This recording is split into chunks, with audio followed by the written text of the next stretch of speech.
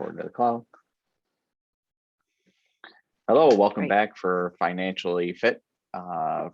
We used to do Friday, but it's actually Thursday now, but so just Financially Fit. Hope you're enjoying our series of videos that we've been doing. And this series we started last week, just kind of introduce some of the concerns that people have when they retire and some of the considerations that you need to take a look at when you're ready to retire, about to retire. One of the biggest issues that we've been seeing lately is, and that's why we're starting this series off, is the whole health insurance aspect of retirement. And as we've seen, or studies have shown, Fidelity was the last one I seen, the average retiree will spend over $230,000 on healthcare in retirement. And guess what? That doesn't even include long-term care, which we'll touch on next video. But certainly that's a staggering amount of money that people have been spending on healthcare in retirement. And I would imagine those numbers aren't going to go down anytime soon. No, in fact, that is a crazy number because that's the number that I was told when I had my first child, that it was going to cost per child to raise $230,000. Isn't that interesting? It So is. now, Everything's now that I've made it through the kids, or almost through the kids, I now have that to look forward to, huh? right. Well, now you can go back and add up all your receipts to see if they're actually correct in that. Right. Yeah, that's not happening. No, I'm sure it's not. But today we're going to really touch on the health insurance aspect of this video. So I'm going to kick it off with Tanya's going to just talk about some things to consider as you enter your 60s. One of the things that we've noticed, or one of the things I definitely have noticed, is that I've had people come in and anywhere between the age of 60 and 63, a number coming in and saying, okay, I'd like to retire. Okay, when do you want to retire? This year. And I'll be, oh, okay. And we did tell a couple of stories last time about, people who've come in and then kind of had sticker shock. One of the biggest sticker shocks, as Alan mentioned, is the healthcare, especially people who have had healthcare through their work, through their place of business. You pay for it, it comes out, but you don't really see it. However, and the assumption is when I retire, I will get Medicare. Well, that's only accurate if you are 65 or older. Before that, if you want to retire at 60, 61, 62, up to 65, you are going to have to find your own healthcare. Sometimes the company will, will hold you through. Other times, if you're like with us, there's other options. For instance, the New York Exchange. However, it's something that people don't think about. And so that's why we're having this discussion. As Alan said, it's a huge amount of money, right, Alan? And absolutely. And one thing I noticed, I just did some research for somebody, a single pay on the New York Health Exchange, just for a high deductible plan. So you have to meet your deductible before your insurance company covers anything. And then generally it's an 80-20 copay after that, where you pay 20%, the insurance company pays that 80. But it was $790 just for one individual to go on the New York State Health Exchange. Now, every state is different. Each with the Affordable Care Act, every state has their own exchange products that are available. But $700 plus a month just for a high deductible plan could, the average retiree check from Social Security is $1,400 or somewhere in there. Now you take half of that away at 62, say you're getting $1,400. Take half of that away for your health insurance. What are you going to live on? $700 a month? Gas, food, more. If you have a mortgage, there's a lot of expenses that come up when you're talking about providing for health insurance. And like you said, maybe I am fortunate enough. I work for the state, the county, or some older type businesses that provide me health insurance when I retire. But as we've seen, a lot of those are changing. And how many times do we hear, well, I'm going to retire before our next contract, when they might get rid of that, right? Yeah, right. Well, and that's the other thing is that even when if you think you have it, and maybe you do have it, what you might not understand is it might not be much lower than that 700 and some dollars. It's not, it rarely is the same amount as when you were actually employed. There's usually some sort of a different level of healthcare and pricing that goes along, even if you are still getting it through your company. So being aware of, that's what we're doing for this month, is just being aware of, and we would rather you not think of it when you're 60. We would like you to think of it when you're 40, 45, 50,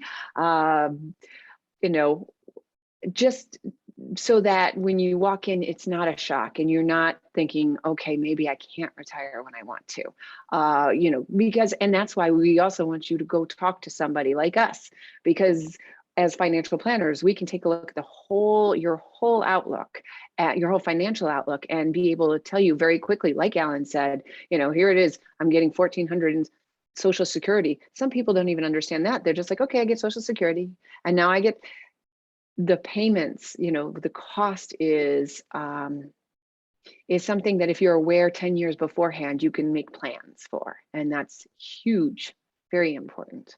And up to So 80%, yeah, to 80% of your Social Security could be taxed too. So that's you're right. not even getting 1,400. And now That's when right. we get into Medicare, as you'll touch on in a second, how do I pay for my Medicare? Well, that's interesting. So you're 65, you decide to retire, and you do get Medicare. There is, it is taken directly out of your Social Security pay. All right. And we can start with Part A. Part A deals with hospital coverage. So you are covered. You have inpatient in the hospital. You can pay. You have but you do have a deductible. Nothing is completely free. Okay. So you have a deductible of $14.84, and then no coinsurance for up to 60 days. After that, you have to pay a coinsurance, which is quite a chunk. All right. So suddenly you can be, if you're in for some major issue, you could be out thousands of dollars. This is something that you have to be aware of. So that's Part A. Alan, want to speak to Part B? Yeah. So Part B is for your doctor. So if you're not hospitalized, which they try to get you in and out as quick as possible these days, they don't want people in the hospital as long, and they try to move you along. But then you have your Part B, which you have a premium that you have to pay for. A was covered when you were working. You were paying into Medicare, part of your FICA, all those years that you're paying into your Medicare. And now you get A for free. Whoa, I get my red, white, and blue card. I don't have to pay for that. Well, guess what? You enroll in the Part B. And for more description on the alphabet soup of Medicare, you can watch our video, which is now posted on on YouTube, which we did a whole series on Medicare. But your Part B will cover your doctor's visits, as well as some therapies and things like that. But then you need to supplement, like Tanya said, your high deductible, your deductible for your Part B and your A with a Medicare Advantage, which is your Part C. But then you need drug care, which is your Part D. And then you might need a supplement if you do a lot of traveling. So your FLMN, I don't even know what letter they are on. But there's all these different costs that are associated with not only Medicare, but also what's my out-of-pocket costs as we're moving forward.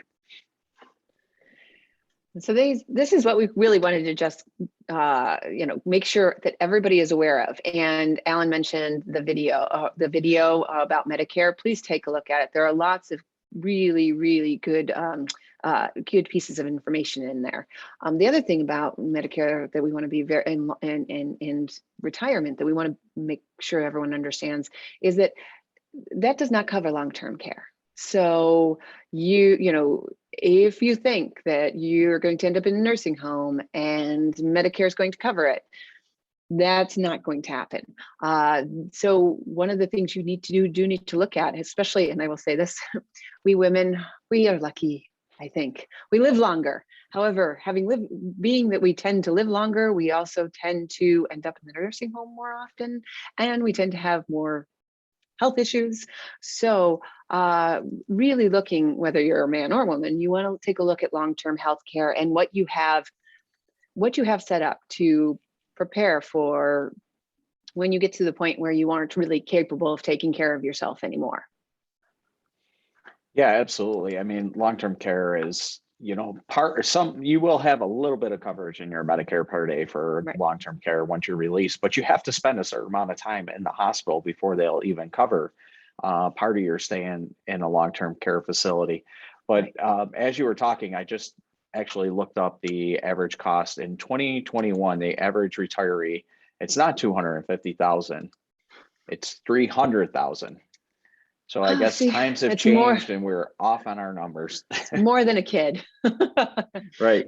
But then you take the average stay of a nursing home at 2.5 Yeah. years. And when a nursing home costs roughly 125,000, 2 years, that's 250, another half a year, let's say another 75. So 300 plus thousand plus 300,000 you're at over $500,000 just in healthcare costs. Not to scare you, but Alan, something I was to just at going to least say, think now about. you're just scaring them. But Yeah. but it is, there's a phrase, knowledge is power, and it really is. The more you know, the more you understand, and the earlier you understand it, the more, the better the decision making you have to when you decide on how your retirement is going to run, how your life is going to move from the time that you retire or on to the time that you pass away. Right. And I still remember this day, and I probably should save this for our long-term care discussion, but I had a retiree from General Motors, nice health coverage, and his wife ended up in the hospital and then had to go in a nursing home. He literally started crying when the attorney told him how much it's going to cost him to take care of her. So, I mean, those stories are out there. Oh yeah. I think that was my first case, and that's probably why it sticks into and this was going back years ago, sticks into my head that it is something that people have to consider. You have to weigh all your options, whether it's like we talked about earlier, the health exchange, it's Medicare, it's private health insurance.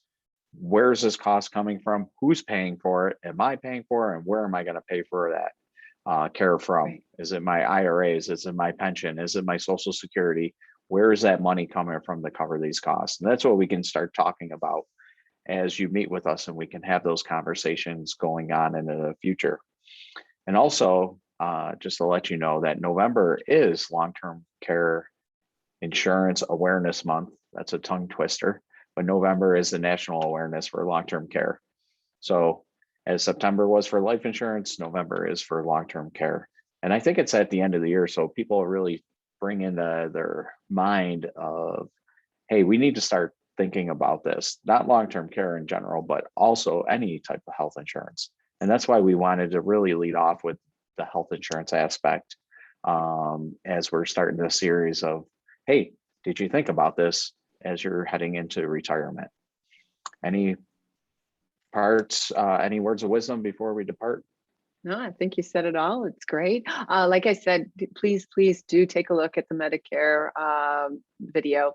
One of the things I will say this, one of the things I found to be very interesting is, especially if you're watching football these days, you'll see, is it Joe? I think it's Joe Namath out there touting how you can get money back or, keep money in from Medicare, and so the new process is coming out, and one of the things that our specialist Maria mentioned was that you always, and this goes along with financial stuff too, you always have to be careful, because if you're saying that you're keeping or the money is coming back to you, chances are the money's coming out of somewhere else. And she was explaining that they're telling you the money's coming in, but what you're really doing is you're saying, gee, I don't need that eye exam, and I don't need that dental, and I don't need, so always be careful of a gift horse, and talk to people, because when you hear these things, chances are the other side is not being explained very clearly either. So yeah, and now you mentioned that, it kind of popped into my mind, like, well, I can buy insurance online, I don't have to talk to somebody. Well, right, find out somebody to talk to. The majority of people will at least initiate that conversation for free, and not charge you a fee to be able to plan for your health insurance. If there's fees associated, then look somewhere else, because there are resources available that are free that you can take advantage of as you're going through the process of health insurance. But All right. with that, I think we'll end there. And we are, just as a quick disclaimer, we are not Medicare representatives. And these opinions are of mine and Tanya's beliefs and not of the vision of Buffalo First Wealth Management.